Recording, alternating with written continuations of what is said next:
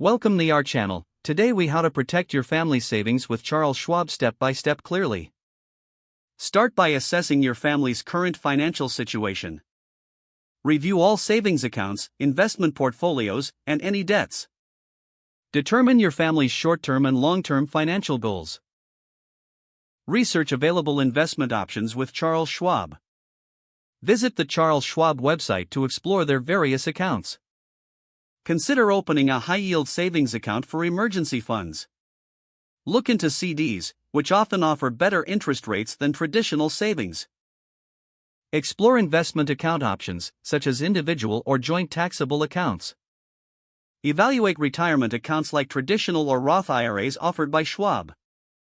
Utilize the Schwab Stock Slices feature to invest in fractional shares.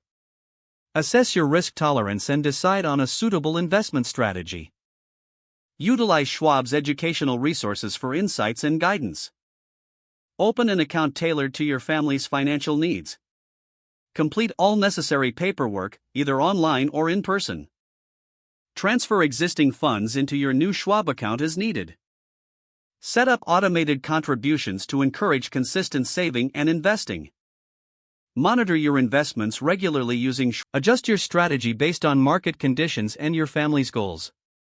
Consult with a Schwab investment professional for personalized advice. Review and update your financial plan at least annually.